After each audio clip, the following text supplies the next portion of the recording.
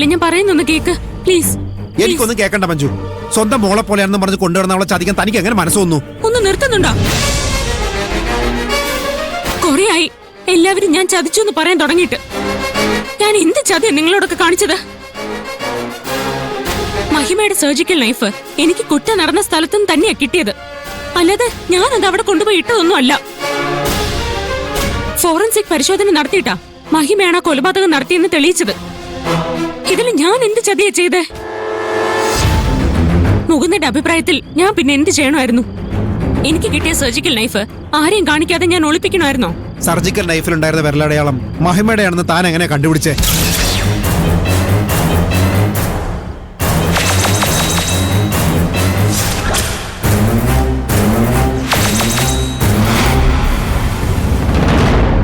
ഞാൻ പറയാം.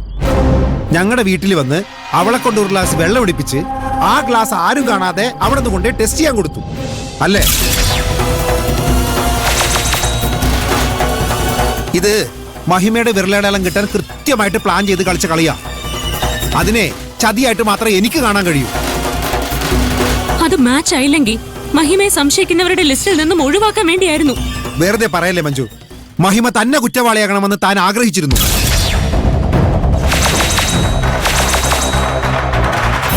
എന്നാലേ ഗിരിയെ തനിക്ക് ഇറക്കാൻ കഴിയുമല്ലേ?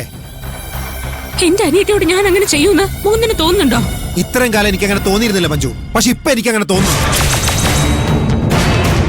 മഹിമയെ കുരുതി കൊടുത്തിട്ട് ഗിരിയെ രക്ഷപ്പെടുത്തിയത് കൊണ്ട് തന്റെ വീട്ടിൽ സമാധാനം ഉണ്ടാവുന്ന താൻ പ്രതീക്ഷിക്കണ്ട.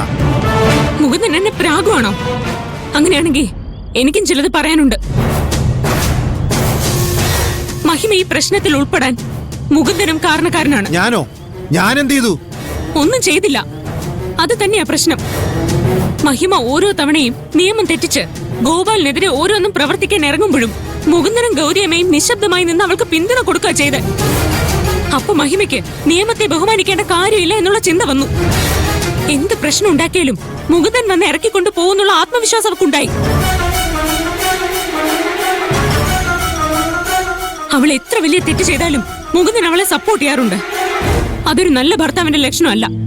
തെറ്റ് ചെയ്യുന്ന പങ്കാളിയെ തിരുത്താനും ശ്രമിക്കണം. ഇല്ലെങ്കിൽ അവൾ ഇങ്ങനെയുള്ള വലിയ അബദ്ധങ്ങളിൽ ചെന്ന് ചാടും. ഞാൻ മഹിമയെ പിന്തുണച്ചതേ അവള് ചെയ്യുന്നത് തെറ്റായിട്ട് എനിക്ക് തോന്നാത്തോണ്ടാ. ഗോപാലിന് അവൾ കൊടുത്ത പണികളെല്ലാം അയാൾ അർഹിക്കുന്ന തന്നെയായിരുന്നു.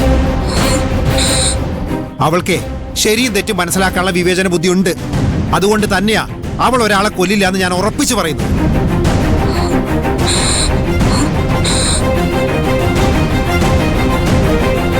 അവളുടെ നിരപരാധിത്വത്തെ വൈകാതെ ഞാൻ തെളിയിക്കും.